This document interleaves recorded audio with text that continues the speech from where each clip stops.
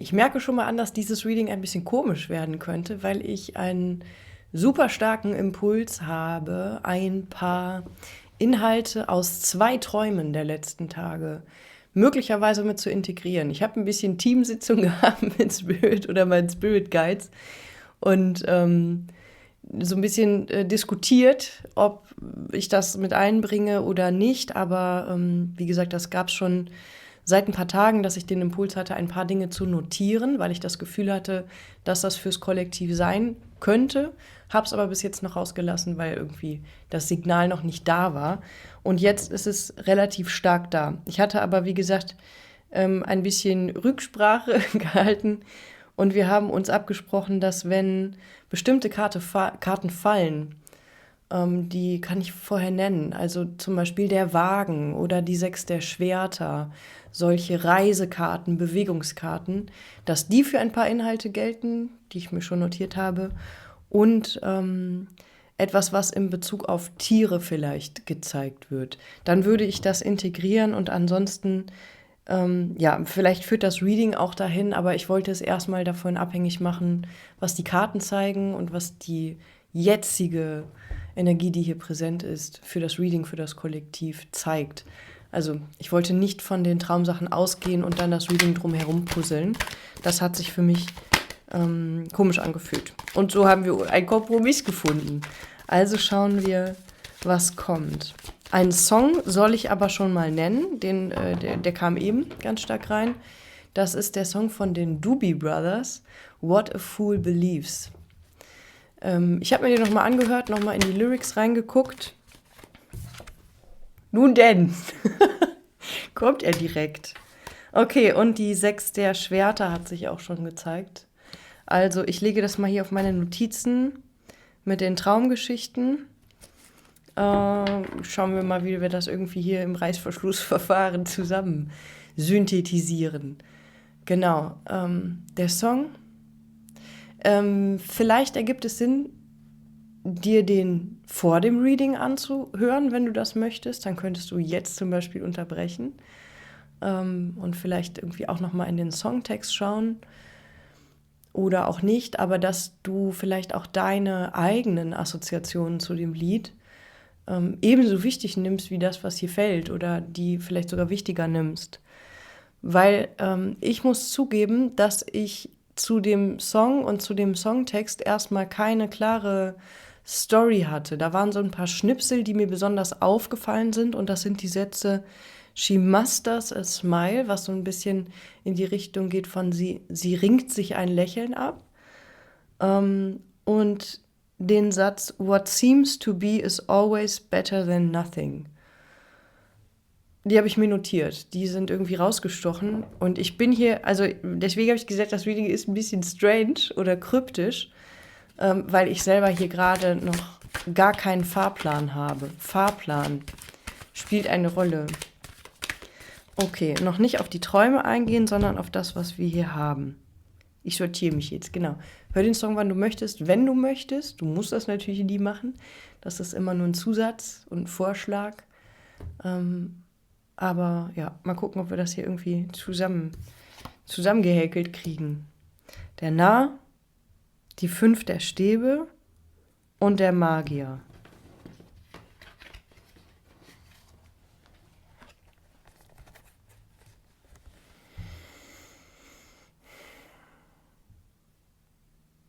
What a fool believes. So, das ist im Grunde ja der Narr. He sees.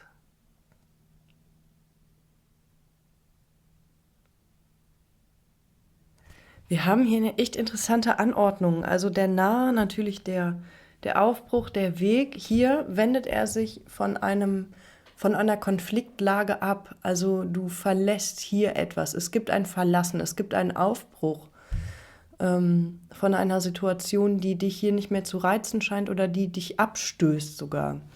Das passt auch gut zur 6 der Schwerter, die ich mir gleich vorknüpfen werde.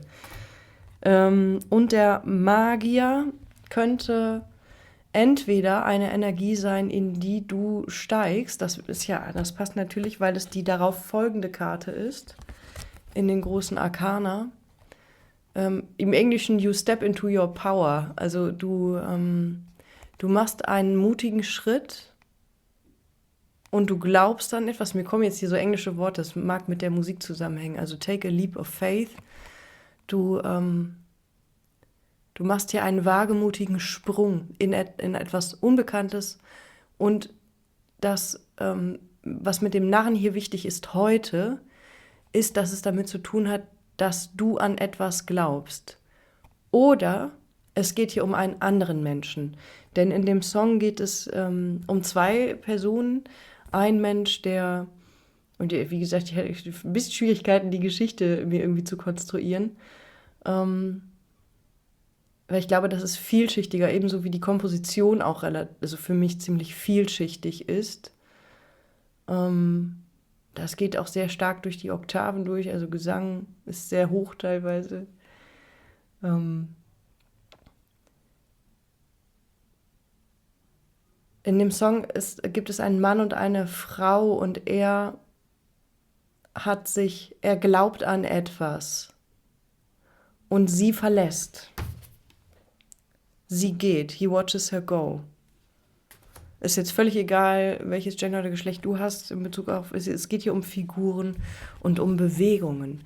Also ein Mensch glaubt an etwas, ein Mensch kreiert auch vielleicht eine Geschichte. Ich hörte auch vorhin, bevor ich hier ins Reading reingegangen bin, jemand hält an etwas fest. Und das wäre jetzt eine interessante Frage, wer ist das? Bist das du oder ist das jemand anderes? Und vorhin kam es mir ganz stark, es ist jemand anderes, der an etwas festhält. Und mit dem Magier geht es auch natürlich um das Kreieren.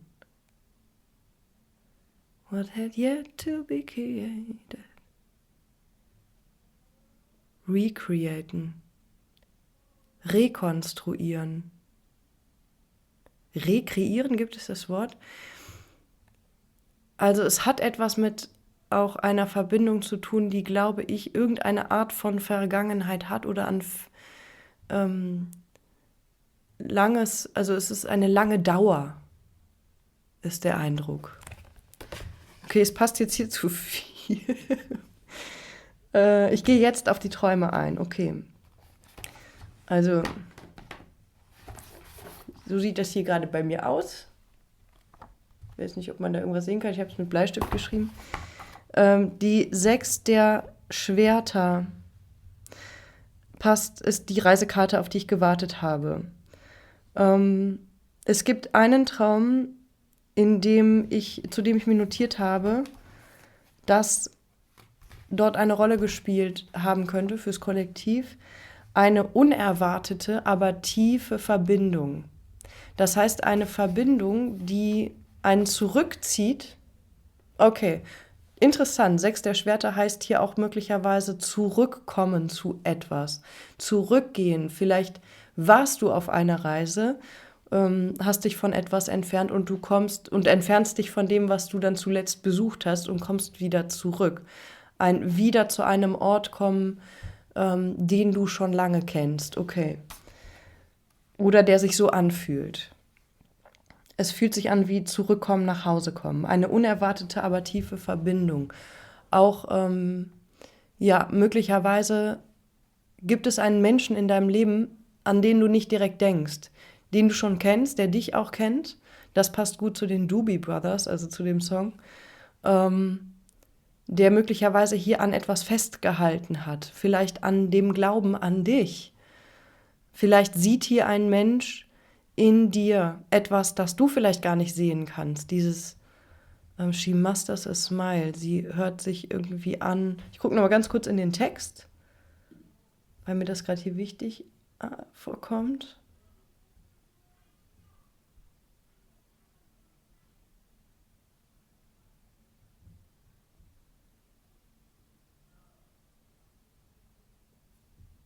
Das ist doch hier am Anfang.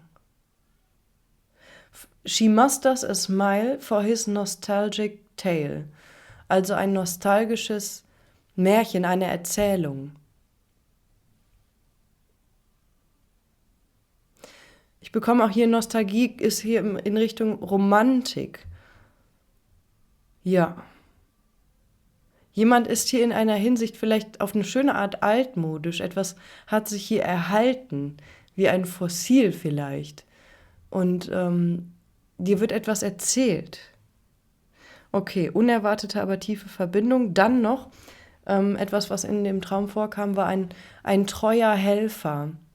Das war eine andere Figur, könnte aber auch mit dem einen Menschen in Zusammenhang stehen, der an etwas festhält. Es geht hier auch vielleicht gar nicht um Menschen, sondern um andere Formen der Begleitung, irgendwelche Energien, die dich begleiten, irgendwas, was dich beschützt oder Teile von dir selber, die dich leiten. Das war in dem Traum eine Art Fahrer, der aber nicht fahren konnte, der einen anderen Menschen zu etwas hinbringen sollte. Und dieses andere Ziel, dieses größere Ziel oder irgendwo, wo du erwartet wurdest, das war nicht ganz klar, was es ist, aber es war im Hinterkopf, dieses die ganze Zeit, ich werde woanders erwartet oder du wirst woanders erwartet. Du wirst irgendwo erwartet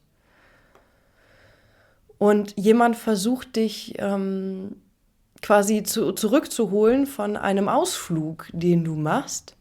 Und jetzt war das Interessante, auf diesem Ausflug, diese Umwege, das ist in den Shorts, glaube ich, auch vorgekommen, diese Umwege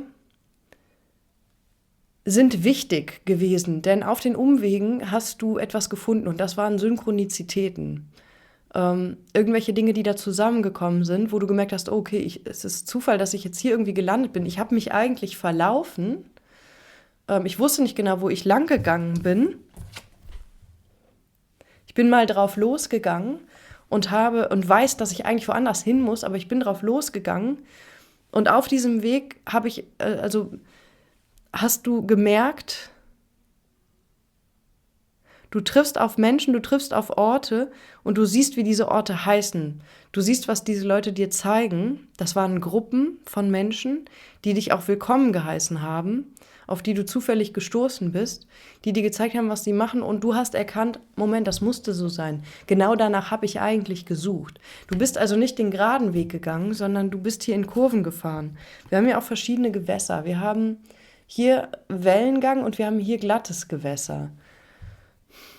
Es könnte auch sein, dass es hier ein bisschen dich in unterschiedliche Richtungen zieht oder gezogen hat.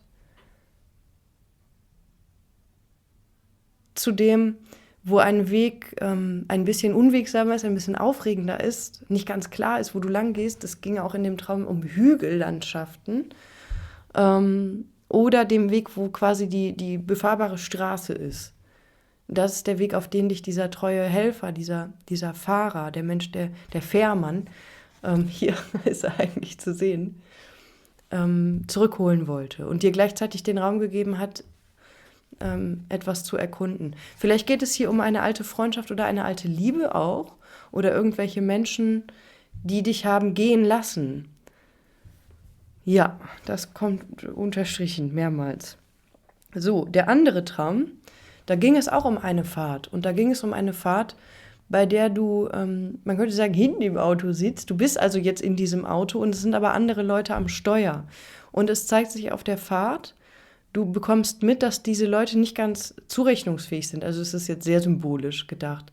Und du machst die Leute darauf aufmerksam, du lässt dich absetzen, also du steigst aus. Du steigst aus einem Auto aus, bei dem du das Gefühl hast, da wird in eine Richtung gefahren, oder da wird auf eine Weise gefahren, bei der du nicht mitfahren möchtest. Ich bekomme hier auch ganz stark sowas wie Gruppe, berufliches Umfeld, also irgendwas, was in eine Richtung geht, oder auch irgendwie was, keine Ahnung, politisches oder sowas. Ich habe keine Ahnung, ist auf jeden Fall eine größere, also ist nicht nur privat so. Irgendwas, wo du aussteigst, wo du sagst, nein, hier möchte ich nicht weiter mitfahren, weil die Leute mit etwas spielen, mit Kräften spielen und nicht genau wissen, was sie tun.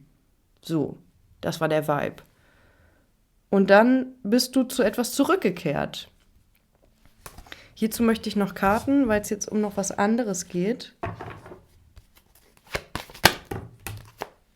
Okay, hier haben wir ein Pferd, das passt gut. Wow. Ja, okay, das passt extrem gut. Dann gehe ich in diese Richtung weiter. Das ist gruselig. Tiere kamen weiterhin vor, habe ich mir notiert. Du bist zu einem Ort gegangen, der sich wie ein Zuhause angefühlt hat. Vielleicht auch tatsächlich ein Zuhause. Auf jeden Fall ein Ort, der für dich bestimmt ist, wo du ankommst. Und du kommst dort an und es ist dort gut. Es ist so. Und du kommst dort nicht nur an, sondern du findest dort Tiere vor. Und hier haben wir zweimal diese Pferde. Diese grauen Pferde. Nee, ist das auch grau? Moment. Doch, die sind beide grau. Sowohl auf der Sonne als auch auf dem Ritter der Kelche. Es fühlt sich an, als könntest du dort dich wie ein Kind verhalten. Und so war der Kontakt, den du zu den Tieren, die dort schon waren, auch aufgenommen hast. Es war quasi ein freundschaftliches Gefühl. So wie hier. Das Pferd ist hier wie ein Gefährte, kommt es mir so vor. Und hier der Ritter der Kelche ist mit dem Pferd auch sehr verbunden. Es ist also nicht nur ein Vehikel wie der Fahrer in dem anderen Traum. Es ist nicht nur jemand, der dich irgendwo hinbringen will, sondern jemand, der dich auch geleitet, jemand, der dich beschützt oder etwas, das dich beschützt. Vielleicht ist das auch ein Gedanke oder ist eine Geschichte, die dich beschützt oder ein Song oder irgendetwas, das dich trägt, das dich leitet. Okay, was war mit den Tieren noch? Diese Tiere standen in dem Traum auch so etwas wie gewachsener Instinkt, gewachsene Intuition. Diese Tiere waren in dem Traum sehr gesund und sehr vital und sehr gut genährt und glücklich. Und die kamen quasi auf dich zugestürmt und du hast dich gefreut, die wiederzusehen und die haben gefreut, dich wiederzusehen. Und da dachte ich später ganz stark an Reaktivierung, Rekreation mit den Instinkten. Und meine Spirit Guides haben mir heute auch die Anweisung gegeben, das hier anzuziehen, was gut zu dem Instinkthaften passt, wie mir jetzt auffällt. Weil es dieses Leopardenmotiv, also es ist wie, du bist verbunden mit dem, was in dir als Animalisches, aber spielerisch ist und gleichzeitig weiß, dass es nicht allem und jedem vertrauen muss, wie diesen Fahrern aus der Anfangssequenz des zweiten Traums, denen du nicht getraut hast. Und dann ist noch was passiert. Es sind nämlich Menschen reingekommen in dieses Haus, die du auch kanntest oder die gesagt haben, dass sie dich kennen. Und du warst dir nicht sicher. Du warst so lange auf Reise, dass du Menschen vielleicht auch nicht richtig wiedererkannt hast. Ich hoffe, es ergibt für irgendjemanden Sinn. Und diese Leute haben gesagt, und das ist, okay, da kam das zusammen, crazy. Diese Leute haben dir gesagt, die wollten etwas mit dir veranstalten, also jetzt nicht im negativen Sinne, sondern haben gesagt, es gibt hier etwas zu tun, es gibt einen Plan, wir machen das jetzt hier irgendwie zusammen, dafür sind wir hergekommen. Und du warst mit den Tieren stark in Kontakt und diese Tiere waren auf deiner Seite, also im übertragenen Sinne, deine Instinkte, dein Rudel, quasi dein inneres Rudel, ist auf deiner Seite und schaut sich das erstmal an. Es gab also nicht sofort in Bezug auf die Menschen ein sofortiges Vertrauen und Zutrauen, dass die Situation stimmt. Diese Menschen schienen freundlich motiviert, aber es stand die Frage im Raum, glaubst du denen oder nicht? Das heißt, das Discernment war sehr stark auf der Seite von du verbindest dich mit deinem gesunden Misstrauen, du nimmst dir erstmal Zeit und guckst dir die Situation an und bleibst ganz stark in Verbindung mit diesem Instinkt.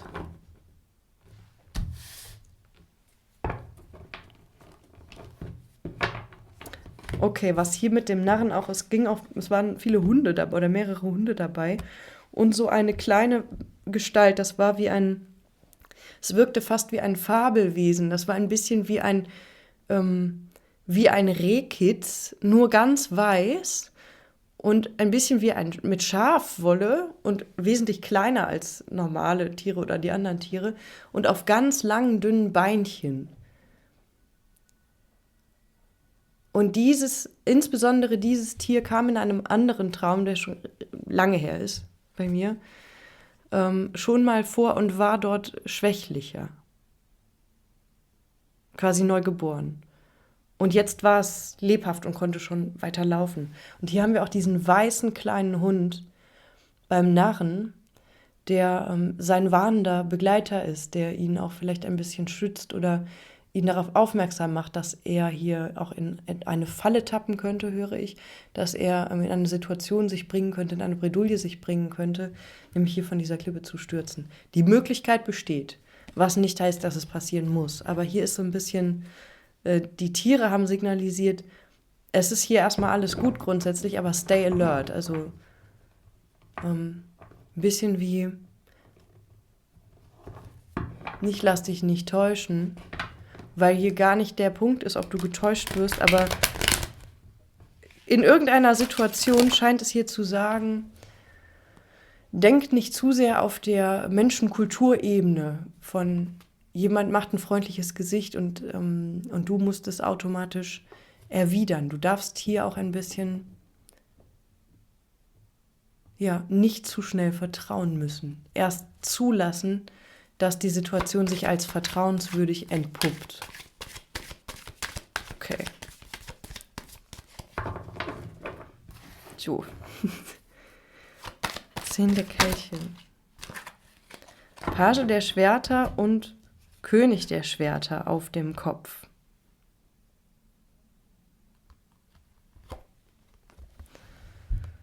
Ich höre die englischen Worte Hidden Motives, also hier Schatten, mögliche Schatten dieser beiden Energien, dass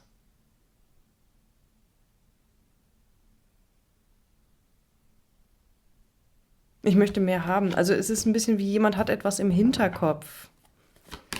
Und es geht auch sehr darum, dass du dir dieses Gefühl bewahrst. Es geht gar nicht so sehr darum, dass dir etwas ganz Schlimmes passieren könnte, sondern es geht darum, dass du dir bewahrst, vertrauensselig bleiben zu können. Also zu verhindern, auf etwas hereinzufallen, kann hier bedeuten, oder nicht sofort zu vertrauen, kann hier bedeuten, dass du deine Kindlichkeit schützt. Dass du dein Herz einfach nur schützt. Weil du weiterhin unbefangen sein möchtest, bleiben möchtest. Ja, diese Geschichte mit dem Hidden Motives, also verdeckte Motive. Es könnte sein, dass dich hier Menschen, es ist die Möglichkeit da, so. Prüfe es mit deinem Instinkt, dass Menschen dich über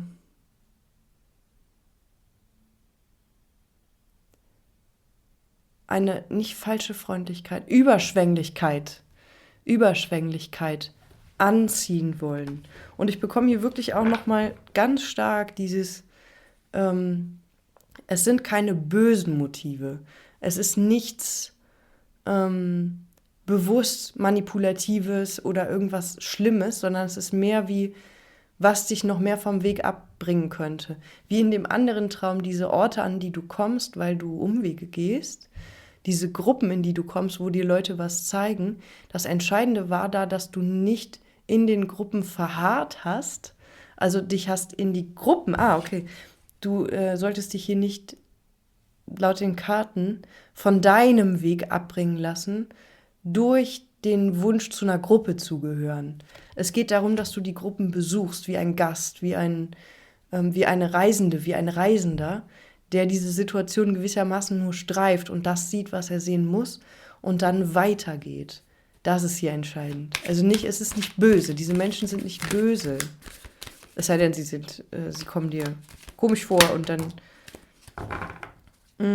9 der Kelche auf dem Kopf, Schatten der 9 der Kelche.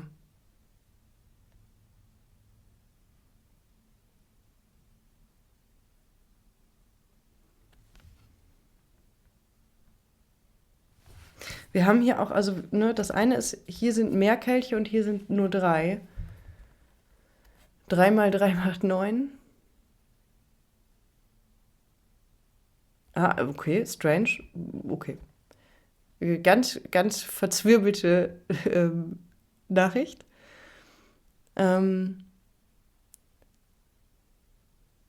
Ich höre gerade, lass dich nicht täuschen, dass eine größere Gruppe eine bessere Gruppe ist. Also, dass mehr Kelche automatisch bessere Kelche wären.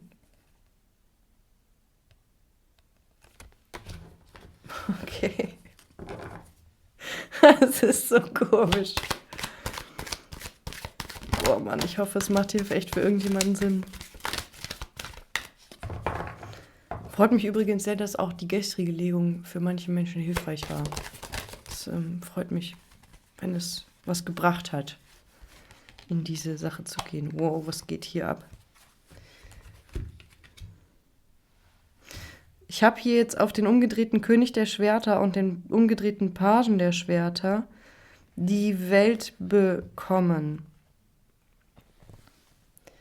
Und dazu nicht abgeschlossener Zyklus oder sowas, sondern abgeschlossenes Denksystem. Eine Gruppe, die in sich geschlossen ist. Und deshalb sollst du nicht dich zu stark in etwas hineinziehen lassen. Wenn dich dieses Reading meint, prüf das bitte ganz genau. Aber eine gewisse Distanz zu mehreren Gruppen oder einer Gruppe behalten. Ich höre hier nochmal, es hat auch irgendwie was Politisches. Und ich habe noch, das möchte ich noch dazu sagen, zu den 9 der Kelchen auf dem Kopf noch das Stichwort Einsamkeit bekommen. Also wie hier,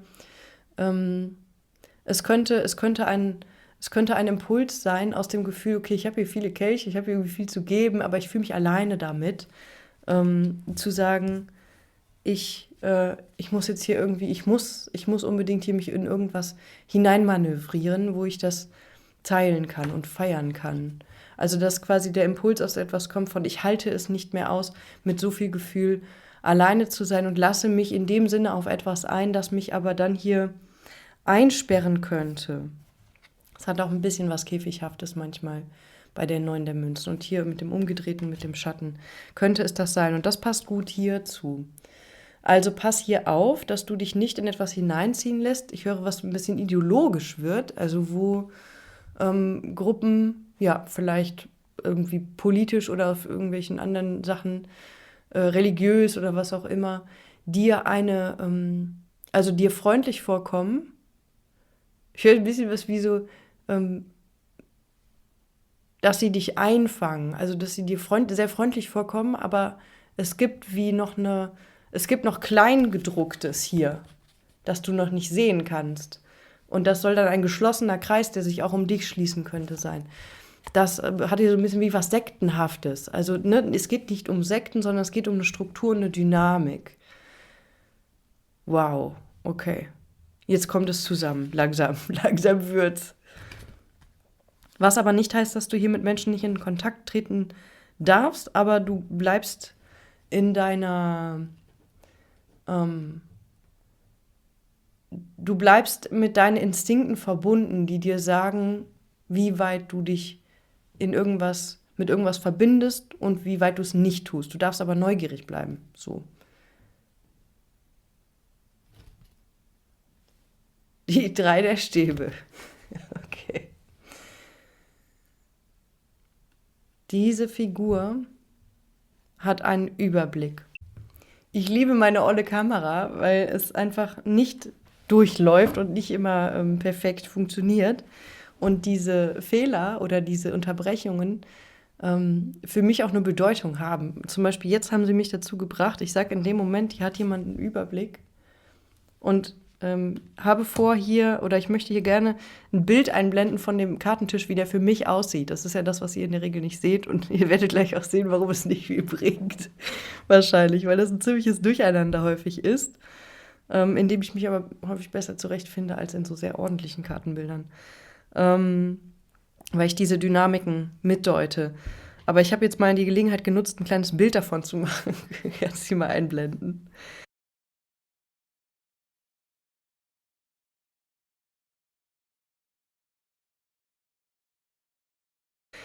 In dem Moment, in dem ich sagte, hier mit der 3 der Stäbe, hier hat ein Mensch einen Überblick, hat die Aufnahme sich unterbrochen, also die Kamera war zu heiß. Und Und ich hatte die Gelegenheit, mir selber nochmal einen Überblick zu verschaffen. Und ich glaube, jetzt kommt es langsam zusammen. Also jetzt schließt sich der Reißverschluss zumindest in meinem Kopf. Ähm, der Grund, warum du dich hier auch gewissermaßen, warum du eigenständig weiter auf deinem Weg bleibst, also warum du nicht vom Weg abkommen solltest zu lange oder zu sehr und dich nicht zu sehr irgendwo einrichtest, wo andere Felder von anderen Gruppen, anderen Menschen schon existieren, ist nicht, weil es schlechte Gruppen sind, also können welche sein, wie gesagt, aber das ist hier gar nicht so sehr der Punkt. Also wir hatten das eben mit der Sekte und da ging es mehr um diese Struktur von es ist einladend, hat aber einen Haken. Ne? Also ich habe hier nicht darüber gesprochen, dass das dir unbedingt irgendwie hier widerfährt. Wenn es dir widerfährt, sei vorsichtig. Aber es geht mir genau um dieses, ja, hört sich erstmal gut an. Vielleicht reagiert man mit großer Begeisterung.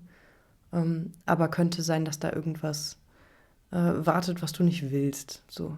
Und was dich aufhält. Und hier geht es darum, dass du selbst etwas siehst, dass du mehreres siehst, also dass du Reisender bleibst, indem, dass du ein großes Panorama hast, dass du einen großen Überblick dir verschaffst. Dafür machst du diese Reise oder die gedankliche Reise oder diese Entwicklungsreise, die hier mit dem Narren angefangen hat. Also hier geht es wirklich um viel. So. Das ist was Krasses, das ist was Tiefes. Und jetzt haben wir den Grund, nämlich es geht mit dem Herrscher, den 4 der Stäben und den 10 der Münzen darum, dass du am Ende des Tages etwas Eigenes erschaffst. Also deine Reise führt dich zu Momenten, in denen du Erkenntnisse hast, führt dich zu Synchronizitäten. Du hast Aha-Erlebnisse, du hast begleitende Kräfte, du hast deine Instinkte dabei.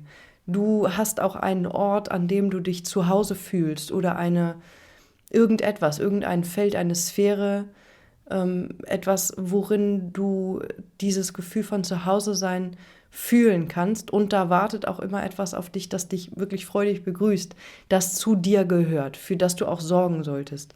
Und das durch die Tiere war das repräsentiert in den Träumen. Und das sind im Grunde aber auch deine Instinkte. Also dieses Wiederverbinden, wieder Hallo sagen, hey, was geht, du kommst nach Hause. Also du kommst wieder nach Hause, in deinen Körper auch. Und in dein eigenes Wesen. Und dort wartet halt eine Horde von sehr glücklichen und sich gut entwickelnden, gut kommunizierenden Wesenszügen auf dich, die wirklich zu dir gehören. Und damit, mit diesen Erfahrungen und mit deinem Urteilsvermögen, okay, hier habe ich was eingesammelt, hier passiert was, dein Vermögen, dich auch überraschen zu lassen, also Negative Capability, du machst dich auf den Weg durch Erfahrungen, du weißt nicht genau, was passiert, aber du kannst dir selber trauen und du hast eben diese Begleitung dabei durch deine Instinkte oder eben durch Kräfte, die du als Begleitung empfindest oder Menschen, die du als Begleitung empfindest oder Musik oder was auch immer. Und hier mit dem Herrscher geht es darum, dass du einen Ort findest. Ne? Kann was Gedankliches sein, kann was Kreatives sein, kann auch etwas sein, wie gestaltest du Beziehungen, wie denkst du über das Leben. Eine sehr allgemeine Sachen, aber wo du etwas hier neu machst. Vielleicht gründest du auch einen Kanal oder ne, du erschaffst irgendetwas, wo du auch andere hin einladen kannst. Deswegen waren diese Geschichten mit, Leute haben schon einen Plan für dich oder du sollst dich irgendetwas anschließen.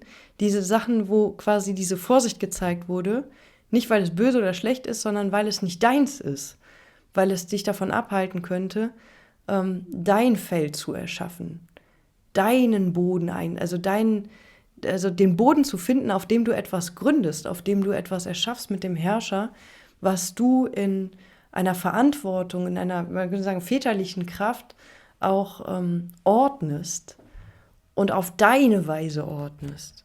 Und was hier auch wirklich wachsen soll, was stabil sein kann, was auch ein Feiern, also was ein Raum ist, der befeiert werden kann, was dich sehr glücklich machen soll und was dich vielleicht auch hier tatsächlich auf ganz vielen Ebenen bereichert. Also was dir ermöglicht, also wie du gründest die Stadt, jetzt in Anführungszeichen, im symbolischen Sinn, du gründest den Ort, in den du Leute einladen kannst. Du kannst einladen. und zeigen, was du zu geben hast, was du vorschlägst. Und dann mal gucken, was da ist. Und ich habe diesen Eindruck, da kommt das vom Anfang wieder zurück, dieses, du wirst anderswo erwartet. Du wirst da erwartet, wo du das noch nicht gemacht hast, wo quasi Menschen nur darauf warten, deins besuchen zu können. Das ist der übergeordnete Plan. Oder das ist die übergeordnete, der übergeordnete Zielpunkt, zu dem dein Weg führt. Und jetzt ist aber das Interessante, wenn du diese Kurven und Umwege nicht gemacht hättest, dann wäre vieles nicht da von dem, womit du das jetzt einrichten kannst, nämlich Erkenntnisse, ne? Rezepte, irgendwelche Eindrücke, die Weisen mit dem Unbekannten, mit dem scheinbar Fremden umzugehen. All das hast du gelernt oder lernst du hier noch. Und hier geht es aber um etwas, was wirklich ein Ziel hat. Mit diesen wirklich sehr schönen Karten, sehr stabil, sehr vielversprechend. Und ja, im Grunde davon sollst du nicht abkommen. Durch das, was du auf der Narrenreise passierst, womit du auch deine Erfahrungen machen sollst. Ich bekomme ja auch jetzt nochmal sowas wie Hermann Hesse Siddhartha. Also der macht ja auch so verschiedene Stationen. Da gibt es auch einen Fährmann, der eine wichtige Rolle spielt, der ein sehr treuer Freund ist. Und ja, am Ende des Tages ist das natürlich etwas, was da jemand auch neu in die Welt bringt. So, um das mal sehr verkürzt zu sagen. Also diese Stationen. Eine krasse Abenteuerreise ist das hier, auf der du dich befindest. Und vielleicht hilft dir der Gedanke weiter, dass du etwas Eigenes erschaffen sollst, wenn dich dieses Reading meint. Und das aber mit einer großen Deutlichkeit nochmal hier ich vertreten soll. Also du erschaffst, woran du glaubst. Und das, woran du glaubst, schöpft sich aus deinen Erfahrungen und dem, was für dich, womit du dich anreicherst, was für dich aber auch stehen bleibt. Und manchmal folgst du auch nur einer Ahnung, um das wieder auch so ein bisschen an diesen Song zurückzubinden. Du erzählst eine eigene Geschichte und sie könnte etwas Nostalgisches haben, sie könnte etwas haben, was vielleicht von der moderneren Sichtweisen oder also von der modernen Welt, die manchmal auch so sehr abgekühlt oder sehr nüchtern sein kann, mit einem belächelt wird. Aber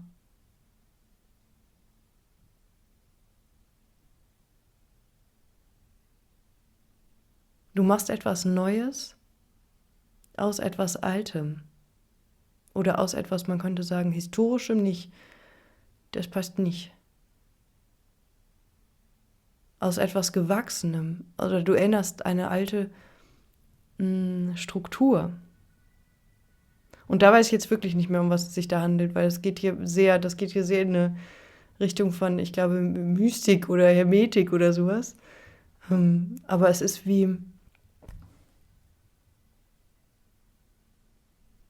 es geht nicht um eine Regress, also nicht irgendwie um also einfach in eine alte nostalgische Fantasie zu flüchten und das Neue zu meiden, sondern es ist wie, du erinnerst eine Struktur, die du wiederfindest im Aktuellen. Oder du erinnerst an etwas, das vergessen wurde. Etwas, was sehr viel mit dem Menschen zu tun hat. Was ist der Mensch? Okay, es geht ja auch ganz stark um die Frage, was ist dem Menschen, was wird dem Menschen gerecht?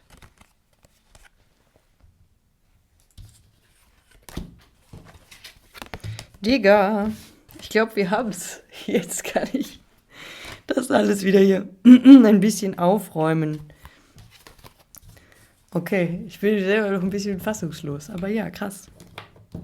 Ein altes System höre ich auch gerade. Also ein Denksystem. Wir hatten das mit den Denksystemen.